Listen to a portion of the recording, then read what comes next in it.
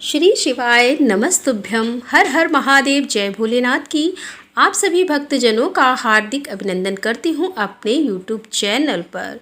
दोस्तों, आप सभी भक्तजनों पर माता पार्वती एवं भोलेनाथ की कृपा बनी रहे और आपकी सभी मनोकामनाएं पूरी हो। तो दोस्तों, आज हम श्रवण कर रहे हैं शिव महापुराण की पावन कथा का। इसमें माँ के शरीर से सरस्वती का आविर्भाव और उनके रूप की प्रशंसा सुनकर शुंभ का उनके पास दूध भेजना और दूध के निराश लौटने पर शुंभ का क्रमशः ध्रुमलोचन, चंड, मुंड तथा रक्त बीजों को भेजना और देवी के द्वारा शुंभ निशुंभ का संहार। तो चलिए इस पावन कथा का प्रारंभ करते हैं। एक बार प्रेम से बोलिए शंकर भगवान की जय। ऋषि कहते हैं कि पूर्व काल में शुंभ और निशुंभ नाम के दो प्रतापी दैत्य थे जो आपस में भाई भाई थे। उन दोनों ने चराचर प्राणियों सहित समस्त लोकी के राज्य पर बलपूर्वक आक्रमण किया। उनसे पीड़ित हुए देवताओं ने हिमालय पर्वत की शरण ली और संपूर्ण अविष्टों को देने वाली सर्वभूत जननी देवी उमा का स्तवन किया। देवता बोले कि हे महेश्वरी, हे दुर्गे, आपकी जय हो। आपने भक्तजनों का प्रिय करने वाली देवी, आपकी जय हो। आप तीनों लोकों की रक्षा करने वाली शिवा हैं, आपको बारंबार नमस्कार है। आप ही मोक्ष प्रदान करने वाली परम अम्बा है, आपको बारंबार नमस्कार है। आप समस्त संसार की उत्पत्ति, स्थिति और संहार करने वाली हैं, आपको नमस्कार है। कालिका और तारा रूप धारण करने वाली देवी, आपको नमस्कार है। छिन्न नमस्कार आपका ही स्वरूप है, आप ही श्री विद्या हैं, आपको नमस्कार है। हे भुवनेश्वरी, आपको नमस्कार है। भैरव रूपिणी, आपको नमस्कार है। आप ही बंगलामुखी और धूमावती हैं, आपको बारंबार नमस्कार है। आप ही त्रिपुर सुंदरी और मातंगी हैं, आपको बारंबार नमस्कार है। अजिता, विजया, जया, मंगला और विलासिनी, ये सभी आपके ही विभिन्न रूपों की संज्ञाएं हैं। इन सभी रूपों में आपको नमस्कार है। माता अथवा कामधेनु रूप में आपको नमस्कार है। घोर आकार धारण करने वाली, आपको नमस्कार है। अपराजिता के रूप में आपको प्रणाम है। नित्य महाविद्या के रूप में आपको बारंबार नमस्कार है। आप ही शरणागतों का पालन करने वाली रुद्राणी है, आपको बारंबार नमस्कार है। वेदांत के द्वारा आपके ही स्वरूप का बोध होता है, आपको नमस्कार है। आप परमात्मा हैं। अनंत कोटि ब्राह्मणों का संचालन करने वाली आप जगदम्बा को मेरा बारंबार नमस्कार है। देवताओं की इस प्रकार स्तुति करने पर वरदानी एवं कल्याण रूपिणी गौरी देवी बहुत प्रसन्न हुई। उन्होंने समस्त देवताओं से पूछा कि आप लोग यह किसकी स्तुति करते हैं। तब उन्हें गौरी के शरीर से एक कुमारी प्रकट हुई। वह सब देवताओं के देखते देखते शिव भक्ति से आदर पूर्वक बोली, माँ, ये समस्त स्वर्गवासी देवता शुंभ और शुंभ नामक प्रबल दैत्यों से अत्यंत पीड़ित हैं, अपनी रक्षा के लिए मेरी स्तुति करते हैं। पार्वती के शरीर कोश से वह कुमारी निकली थी, इसीलिए कौशिकी नाम से प्रसिद्ध हुई। कौशिकी की साक्षात शुंभासुर का नाश करने वाली सरस्वती है।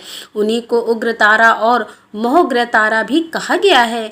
माता के शरीर से स्वतः प्रकट होने के कारण वे इस भूतल पर मातंगी भी कहलाती हैं। उन्होंने समस्त देवताओं से कहा कि तुम लोग निर्भय रहो, मैं स्वतंत्र हूँ, अतः किसी का सहारा लिए बिना ही तुम्हारा कार्य सिद्ध कर दूंगी। ऐसा कहकर वे देवी तत्काल वहां अदृश्य हो गई। एक दिन शुंभ और निशुंभ के सेवक चंड और मंड ने देवी को देखा। उनका मनोहर रूप नेत्रों को सुख प्रदान करने वाला था। उसे देखते ही वे मोहित हो सुध बुध खोकर पृथ्वी पर गिर पड़े। फिर होश में आने पर वे अपने राजा के पास गए और आरंभ से ही सारा वृतांत बताकर बोले कि हे महाराज, हम दोनों ने एक अपूर्व सुंदरी नारी को देखा है जो हिमालय के रमणीय शिखर पर रहती है और सिंह पर सवारी करती है। चंडमुंड की यह बात सुनकर महान असुर शुंभ ने देवी के पास सुग्रीव नामक अपना दूत भेजा और कहा कि दूत हिमालय पर कोई अपूर्व सुंदरी रहती है, तुम वहां जाओ और उससे मेरा संदेश कहकर उसे प्रयत्नपूर्वक यहाँ ले आओ। यह आज्ञा पाकर दानव शिरोमणि सुग्रीव हिमालय पर गया और जगदम्बा महेश्वरी से इस प्रकार से बोला, दूत ने कहा कि हे देवी दैत्य शुंभासुर, आपने महान बल और विक्रम के लिए तीनों लोकों में विख्यात हैं। उसका छोटा भाई निशुंभ भी वैसा ही है। शुंभ ने मुझे तुम्हारे पास दूत बनाकर भेजा है, इसीलिए मैं यहाँ आया हूँ। हे सुरेश्वरी, आपने जो संदेश दिया है उसे इस समय सुनो। मैंने समर रांगण में इंद्र आदि देवताओं को जीतकर उनके समस्त रत्नों का अपहरण कर लिया है। यज्ञ में देवता आदि दिए हुए देव भाग का मैं स्वयं ही उपभोग करता हूँ। मैं मानता हूँ कि तुम स्त्रियों में रत्न हो, सब रत्नों के ऊपर स्थित हो, इसीलिए तुम काम जनित रस के साथ मुझको अथवा मेरे भाई को अंगीकार करो। दूत के मुंह से शुंभ का यह संदेश सुनकर भूतनाथ भगवान शिव को प्राण बल्लभा महामाया ने इस प्रकार से कहा। देवी बोली कि दूत, तुम सच कहते हो, तुम्हारे कथन में थोड़ा सा भी असत्य नहीं है, परंतु मैंने पहले से एक प्रतिज्ञा कर ली है, उसे सुनो। जो मेरा घमंड चूर कर दे, जो मुझे युद्ध में जीत ले, उसी को मैं पति बना सकती हूँ, दूसरे को नहीं। यह मेरी अटल प्रतिज्ञा है। इसीलिए तुम शुंभ और निशुंभ को मेरी यह प्रतिज्ञा बता दो, फिर इस विषय में जैसा उचित हो वैसा वे करें। देवी की यह बात सुनकर दानव सुग्रीव लौट गया। वहां जाकर उसने विस्तार पूर्वक राजा को सब बातें बताईं। दूत की बात सुनकर उग्र शासन करने वाला शुंभ कुपित हो उठा और बलवानों में श्रेष्ठ सेनापति धूम्रपान से बोला कि हे धूम्राक्ष, हिमालय पर कोई सुंदरी रहती है, तुम वहां शीघ्र जाकर जैसे भी वह वहां आए उसी तरह उसे ले आओ।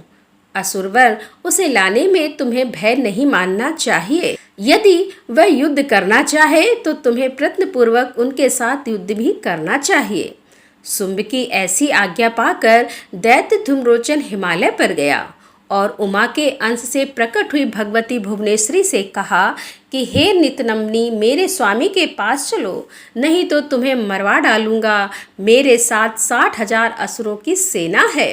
देवी बोली कि वीर, तुम्हें दैत्यराज ने भेजा है, यदि मुझे मार ही डालोगे तो मैं क्या करूंगी, परंतु युद्ध के बिना मेरा वहां जाना असंभव है, मेरी ऐसी मान्यता है। देवी के ऐसा कहने पर दानव धूम्रोचन उन्हें पकड़ने के लिए दौड़ा, परंतु महेश्वरी ने हूँ के उच्चारण मात्र से उसको भस्म कर दिया। तभी से वे देवी इस भूतल पर धूमावती कहलाने लगी। उनकी आराधना करने पर वे अपने भक्तों के शत्रुओं का संहार कर डालती हैं। धूम्राक्ष के मारे जाने पर अत्यंत कुपित हुई देवी के वाहन सिंह ने उसके साथ आए हुए समस्त असुरगणों को चबा डाला। जो मरने से बचे वे भाग खड़े हुए। इस प्रकार देवी ने दैत्य धूम्रलोचन को मार डाला। इस समाचार को सुनकर प्रतापी शुंभ ने बड़ा क्रोध किया। वह अपने दोनों ओठों के दांतों से दबाकर रह गया। उसने क्रमशः चंडमुंड तथा रक्तबीज नामक असुरों को भेजा। आज्ञा पाकर वे दैत्य उस स्थान पर गए जहां देवी विराजमान थी। अणिमा आदि सिद्धियों से सेवित तथा अपनी प्रभा से संपूर्ण दिशाओं को प्रकाशित करती हुई भगवती सिंह वाहिनी को देखकर वे श्रेष्ठ दानव वीर बोले कि हे देवी, तुम शीघ्र ही शुंभ और निशुंभ के पास चलो, अन्यथा तुम्हें गण और वाहन सहित मरवा डालेंगे। शुंभ को अपना पति बना लो। लोकपाल आदि भी उनकी स्तुति करते हैं। शुंभ को पति बना लेने पर तुम्हें उस महान आनंद की प्राप्ति होगी जो देवताओं के लिए भी दुर्लभ है। उनकी ऐसी बात सुनकर परमेश्वरी अम्बा मुस्कुराकर सरस मधुर वाणी में बोली। देवी ने कहा कि अद्वितीय महेश्वर परम ब्रह्म परमात्मा सर्वस्त्र विराजमान है, जो सदाशिव कहलाते हैं। वेद भी उनके तत्व को नहीं जानते, फिर विष्णु आदि की तो बात ही क्या है। उन्हें सदाशिव की मैं सूक्ष्म प्रकृति हूँ, फिर दूसरे को पति कैसे बना सकती हूँ। सिंहनी कितनी ही कामातुर क्यों ना हो जाए, वह गीदड़ को कभी अपना पति नहीं बनाएगी। हथनी गधे को और बाघिन खरगोश को नहीं वरेगी। दैत्यों, तुम सब लोग झूठ बोलते हो, क्योंकि काल रूपी सर्व के फंदे में फंसे हुए हो। तुम या तो पाताल को लौट जाओ या शक्ति हो तो युद्ध करो। देवी का यह क्रोध पैदा करने वाला वचन सुनकर वे दैत्य बोले, हम लोग अपने मन में तुम्हें अबला समझकर मार नहीं रहे थे, परंतु यदि तुम्हारे मन में युद्ध की इच्छा है तो सिंह पर स्थिर होकर बैठ जाओ और युद्ध के लिए आगे बढ़ो। इस तरह वाद विवाद करते हुए उनमें कलह बढ़ गया और समर रांगण में दोनों दलों पर तीखे बाणों की वर्षा होने लगी। इस तरह उनके साथ लीला पूर्वक युद्ध करके परमेश्वरी ने चंड मुंड सहित महान असुर रक्त बीज को मार डाला और वे देव वैरी असुर देश बुद्धि करके आए थे, तो भी अंत में उन्हें उस उत्तम लोक की प्राप्ति हुई जिसमें देवी के भक्त जाते हैं। ऋषि कहते हैं कि राजन, प्रशंसनीय पराक्रमशाली महान असुर शुंभ ने इस श्रेष्ठ दैत्यों का मारा जाना सुनकर अपने उन दुर्जय गणों को युद्ध के लिए जाने की आज्ञा दी, जो संग्राम का नाम सुनते ही हर्ष से खिल उठते थे। उसने कहा कि आज मेरी आज्ञा से कालक, काल के, मौर्य, दौहर्द तथा अन्य असुरगण बड़ी भारी सेना के साथ संगठित हो विजय की आशा रखकर शीघ्र युद्ध के लिए प्रस्थान करे। निशुंभ और शुंभ दोनों भाई उन दैत्यों को पूर्वोक्त आदेश देकर रथ पर आरूढ़ हो स्वयं भी नगर से बाहर निकले। उन महाबली वीरों की आज्ञा से उनकी सेनाएं उसी तरह युद्ध के लिए आगे बढ़ी मानो मरणोन्मुख पतंग आग में कूदने के लिए उठ खड़े हुए हों। उस समय असुर राज ने युद्ध स्थल में मृदंग, मर्दल, भेड़ी और छाछ को और ढोल आदि बाजे बजवाए। उन जुझाऊ बाजों की आवाज़ सुनकर युद्ध प्रेमी वीर हर्ष एवं उत्साह से भर गए, परंतु जिन्हें अपने प्राण ही अधिक प्यारे थे वे उस रणभूमि से भाग चले। युद्ध संबंधी वस्त्रों तथा कवच आदि से आच्छादित अंग वाले वे योद्धा विजय की अभिलाषा से अस्त्र शस्त्र धारण किए युद्ध स्थल में आ पहुँचे। कितने ही सैनिक हाथियों पर सवार थे, बहुत से दैत्य घोड़ों की पीठ पर बैठे थे और अन्य असुर रथों पर चढ़कर जा रहे थे। उस समय उन्हें अपने पराये की पहचान नहीं होती थी। उन्होंने असुर राज के साथ समर रांगण में पहुंचकर सब ओर से युद्ध आरंभ कर दिया। बारंबार सदग्नि की आवाज होने लगी, जिसे सुनकर देवता कांप उठे। धूल और धुएं से आकाश में महान अंधकार सा छा गया। सूर्य का रथ नहीं दिखाई देता था और अत्यंत अभिमानी करोड़ों पैदल योद्धा विजय की अभिलाषा लिए युद्ध स्थल में आकर डट गए। घुड़सवार, हाथी सवार तथा अन्य रथारूढ़ आसुर भी बड़ी प्रसन्नता के साथ करोड़ों की संख्या में वहां आए थे। उस महासमर में काले पर्वतों के समान विशाल मदमद गजराज जोर जोर से चिंघाड़ रहे थे और छोटे छोटे शैल शिखरों के समान ऊंट भी अपने गले से गल गल की ध्वनि विस्तार करने लगे। अच्छी भूमि से उत्पन्न वे घोड़े गले में विशाल कंठहार धारण किए जोर जोर से हिनहिना रहे थे। वे उनके प्रकार की चाने चाहते थे और हाथियों के मस्तक पर पैर रखते हुए आकाश मार्ग से पक्षियों की भांति उड़ जाते थे।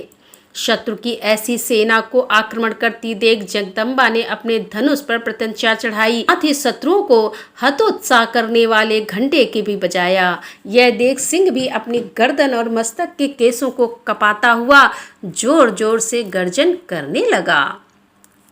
उस समय हिमालय पर्वत पर खड़ी हुई रमणी आभूषणों और शस्त्रों से सुशोभित देवी शिवा की ओर देखकर निशुंभ विलासिनी रमणियों ने मनोभाव को समझने में निपुण पुरुष की भांति सरसवाणी में बोला कि हे महेश्वरी, तुम जैसी सुंदरियों के रमणी शरीर पर मालती के फूल का एक दल भी डाल दिया जाए तो वह व्यथा उत्पन्न कर देता है।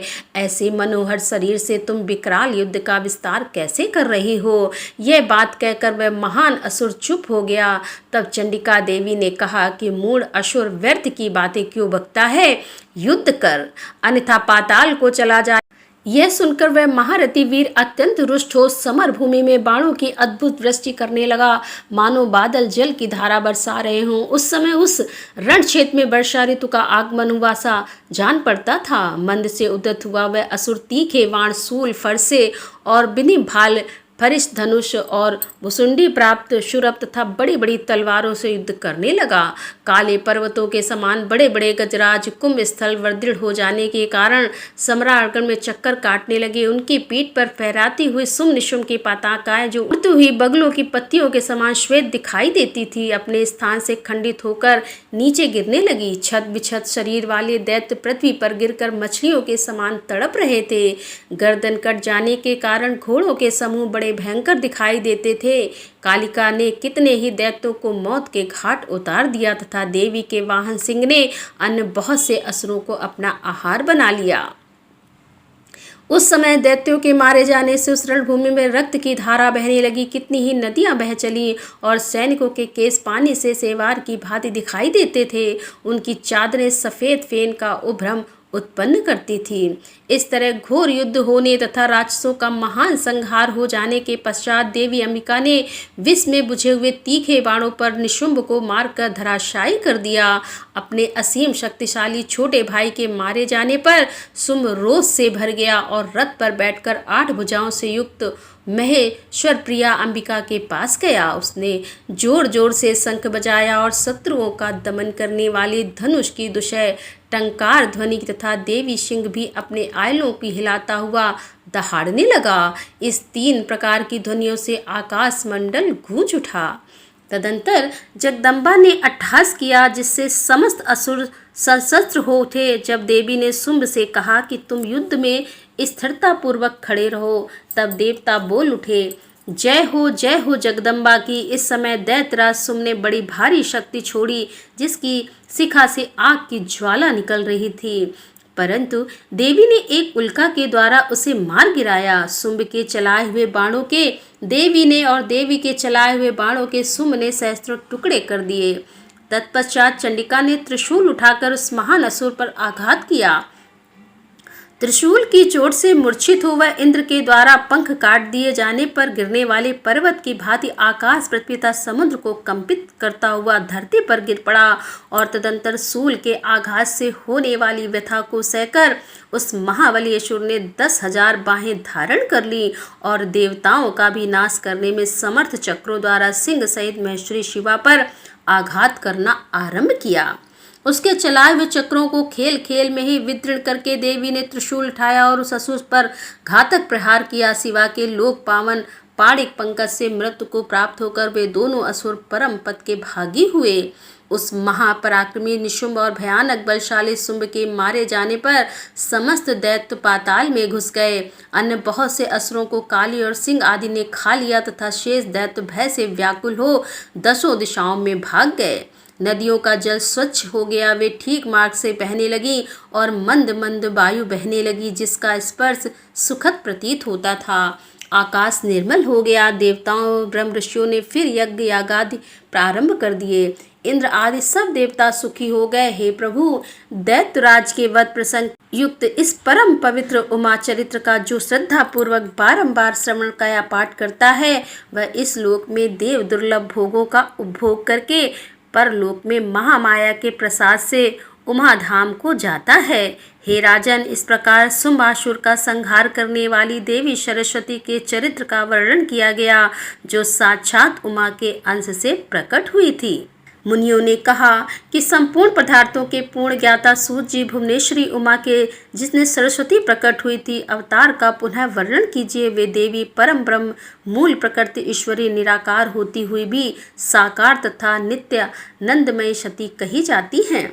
सूत जी ने कहा कि हे तपस्वी मुनियों, आप लोग देवी के उत्तम एवं महान चरित्र को प्रेम पूर्वक से सुने जिसके जानने मात्र से मनुष्य परम गति को प्राप्त होता है। एक समय देवताओं और दानों में परस्पर युद्ध हुआ। उसमें महामाया के प्रभाव से देवताओं की जीत हो गई। इससे देवताओं को अपनी शूरवीरता पर बड़ा गर्व हुआ। वे आत्म प्रशंसा करते हुए इस बात का प्रचार करने लगे कि हम लोग धन्य हैं, धन्यवाद के योग्य हैं, असुर हमारा क्या कर लेंगे। वे हम लोगों का अत्यंत दुष्य प्रभाव देखकर भयभीत हो भाग चले, कहते हुए पाताल लोक में घुस गए। हमारा बल अद्भुत है, हम में आश्चर्यजनक तेज है, हमारा बल और तेज दैत्य कुल का विनाश करने में समर्थ है। अहो, देवताओं का कैसा सौभाग्य है। इस प्रकार वे जहाँ तहाँ डींग हाँकने लगे। तदंतर उसी समय उनके समझ तेज एक महान पुंज प्रकट हुआ जो पहले कभी देखने में नहीं आया था। उसे देखकर सब देवता विस्मय से भर गए। वे रुधे हुए गले से परस्पर पूछने लगे, यह क्या है, यह क्या है। उन्हें यह पता ही नहीं था कि श्यामा भगवती उमा का उत्कृष्ट प्रभाव है जो देवताओं का अभिमान चूर्ण करने वाला है। उस समय देवराज इंद्र ने देवताओं की आज्ञा दी कि तुम लोग जाओ और यथार्थ रूप से परीक्षा करो कि यह कौन है। देवेंद्र के भेजने से वायुदेव उस तेज पुंज के निकट गए। तब उस तेज ऋषि ने उन्हें संबोधित करके पूछा कि तुम कौन हो। उस महान तेज के इस प्रकार पूछने पर वायु देवता अभिमान पूर्वक बोले, मैं वायु हूँ, संपूर्ण जगत का प्राण हूँ। मुझ सर्वाधार में परमेश्वर में ही यह स्थावर जगम रूप सारा जगत ओतप्रोत है। मैं ही समस्त विश्व का संचालन करता हूँ। तब उस महातेज ने कहा कि वायु, यदि तुम जगत के संचालन में समर्थ हो तो यह तृण रखा हुआ है, इसे अपनी इच्छा के अनुसार चलाओ तो सही। तब देवताओं ने सभी उपाय करके अपनी सारी शक्ति लगा दी, परंतु वह तिनका अपने स्थान से तिल भर भी ना हटा सके। इससे वायुदेव लज्जित हो गए। वे चुप हो इंद्र की सभा में लौट गए और अपनी पराजय के साथ वहां का सारा वृतांत उन्होंने सुनाया। वे बोले कि देवेंद्र, हम सब लोग झूठे ही अपने सर्वेश्वर होने का अभिमान रखते हैं, क्योंकि किसी छोटी सी वस्तु का भी हम कुछ नहीं कर सकते। तब इंद्र ने बारी बारी से समस्त देवताओं को भेजा। जब वे उसे जानने में समर्थ ना हो सके तब इंद्र स्वयं गए। इंद्र को आते देख वह अत्यंत दुसह तेज तत्काल अदृश्य हो गया। इसने इंद्र बड़े विस्मित हुए और मन ही मन बोले, जिसका ऐसी चरित्र है उसे सर्वेश्वर की मैं शरण लेता हूँ। सहस्त्र नेत्रधारी इस बारंबार इसी भाव का चिंतन करने लगे। इसी समय निश्चल करुणामय शरीर धारण करने वाली सच्चिदानंद स्वरूपिणी शिव प्रिया उमा उन देवताओं पर दया करने और उनका गर्व करने के लिए चैत्र शुक्ल नवमी को दोपहर में वहां प्रकट हुई। वे उस तेज पुंज के बीच में विराजमान रही थी, अपनी कांति से दसों दिशाओं को प्रकाशित कर रही थी और समस्त देवताओं को स्पष्ट रूप से यह जता रही थी कि मैं साक्षात परम ब्रह्म परमात्मा ही हूँ। वे चार हाथों में क्रमशः वर, पास, अंकुश और अभय धारण किए थी। श्रुतियों साकार होकर उनकी सेवा करती थी। वे बड़ी रमणी दिखती थी तथा अपने नूतन यौवन पर उन्हें गर्व था। वे लाल रंग की साड़ी पहने हुए थी, लाल फूलों की माला तथा लाल चंदन से उनका श्रृंगार किया गया था। वे कोटि कोटि कंदर्पों से समान मनोहारिणी तथा करोड़ों चंद्रमाओं के समान चटकीली चांदनी से शोभित थी। सबकी अंतरमणि, समस्त भूतों की साक्षिणी तथा परम ब्रह्म स्वरूपिणी उन महामाया ने इस प्रकार से कहा। उमा बोली कि मैं ही परम ब्रह्म परम ज्योति प्रणव स्वरूपिणी तथा युगल रूप धारणी हूँ। मैं ही सब कुछ हूँ, मुझसे भिन्न कोई पदार्थ नहीं है। मैं निराकार होकर भी साकार हूँ, सर्वतत्व स्वरूपिणी हूँ। मेरे गुण अतक्य हैं। मैं नित्य स्वरूपा तथा कार्य कारण रूपणी हूँ। मैं ही कभी प्राण वल्लभ का आकार धारण करती हूँ और कभी प्राण वल्लभ पुरुष का भी, कभी स्त्री और पुरुष दोनों रूपों में एक साथ प्रकट होती हूँ। यही मेरा अर्धनारीश्वर रूप है तथा मैं ही संहार करता रुद्र हूँ। संपूर्ण विश्व को मुंह में डालने वाली महामाया मैं ही हूँ। काली, लक्ष्मी और सरस्वती आदि संपूर्ण शक्तियाँ तथा ये सकल कलाएं मेरे अंश से ही प्रकट हुई हैं। मेरे ही प्रभाव से तुम लोगों ने संपूर्ण दैत्यों पर विजय पाई है। मुझ सर्व विजयनी को न जानकर तुम लोग व्यर्थ ही अपने को सर्वेश्वर मान रहे हो। जैसे इंद्रजाल करने वाला सूत्रधार कठपुतली को नचाता है, उसी प्रकार मैं महेश्वरी समस्त प्राणियों को नचाती हूँ। मेरे भय से हवा चलती है, मेरे भय से अग्निदेव सबको जलाते हैं तथा मेरा भय मानकर ही लोकपालगण निरंतर अपने अपने कर्मों में लगे रहते हैं। मैं सर्वदा स्वतंत्र हूँ और अपनी लीला से ही कभी देव समुदाय को विजय बनाती हूँ तथा कभी दैत्यों को माया से परे जिस अविनाशी परात्पर धाम का श्रुतियां वर्ण करती हैं वह मेरा ही रूप है। देवी का यह करुणा युक्त वचन सुनकर देवता भक्ति भाव से मस्तक झुकाकर उन परमेश्वरी की स्तुति करने लगे। हे जगदीश्वरी, क्षमा करें। परमेश्वरी प्रसन्न हो, मात ऐसी कृपा करो जिससे फिर कभी हमें गर्व ना हो। तब से सब देवता गर्व छोड़कर एकाग्रचित हो पूर्वता विधि पूर्वक उमा देवी की आराधना करने लगे। ब्राह्मणों, इस प्रकार मैंने तुमसे उमा के प्रादुर्भाव का वर्णन किया है, जिसके श्रवण मास से परम गति की प्राप्ति होती है। तो दोस्तों, यहाँ पर शिव महापुराण की कथा का समापन करते हुए इसके आगे की कथा जारी रखते हुए हम आपके सामने फिर उपस्थित होंगे। तब तक के लिए हर हर महादेव, जय भोलेनाथ की।